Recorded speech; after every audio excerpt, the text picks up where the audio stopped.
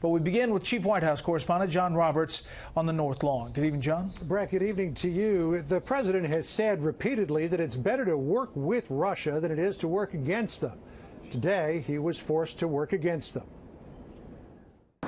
In a rare rebuke to Russia, President Trump today joined with UK Prime Minister Theresa May, condemning last week's nerve agent attack in Britain, pointing the finger squarely at Vladimir Putin. It's a very sad situation. It certainly looks like the Russians were behind it, something that should never, ever happen, and we're taking it very seriously. The White House acknowledges it was relying on British analysis of the attack against former Russian spy Sergei Skripal and his daughter, but left open the question of whether President Trump will follow the UK in penalizing the Kremlin. I can't get into the specifics on any potential threats, but I can tell you that we're going to continue to work with our ally in the United Kingdom, and we'll work in close coordination with them moving forward. We'll keep you posted if any specific actions. The Treasury Department did impose penalties today on 13 Russians indicted by Robert Mueller for meddling in the U.S. election.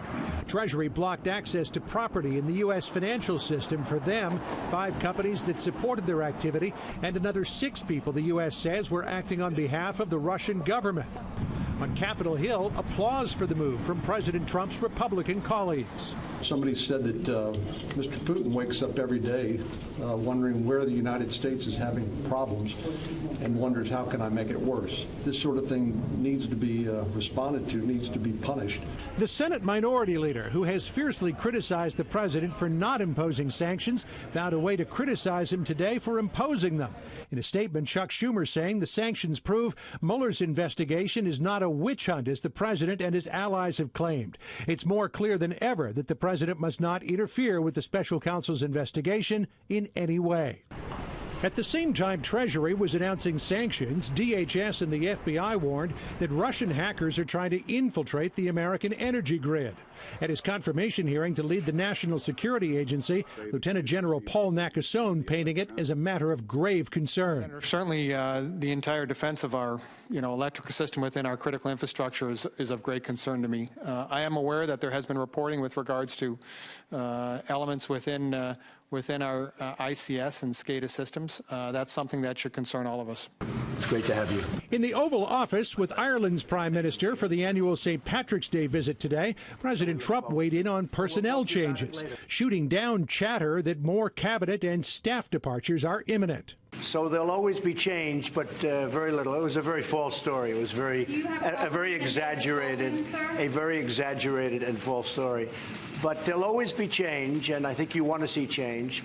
And I want to also see different ideas. One potential personnel change the White House is watching closely, the Attorney General's decision whether to fire FBI Deputy Director Andrew McCabe before he retires on Sunday. That's a determination that we would leave up to Attorney General Sessions, but we do think that it is well documented that he has had some very troubling behavior and by most accounts a bad actor and should have some cause for concern. And one other piece of news, the Trump Organization today was pushing back against a report that the Mueller investigation is taking a new twist by issuing the Trump Organization a subpoena asking for documents related to Russia and other issues.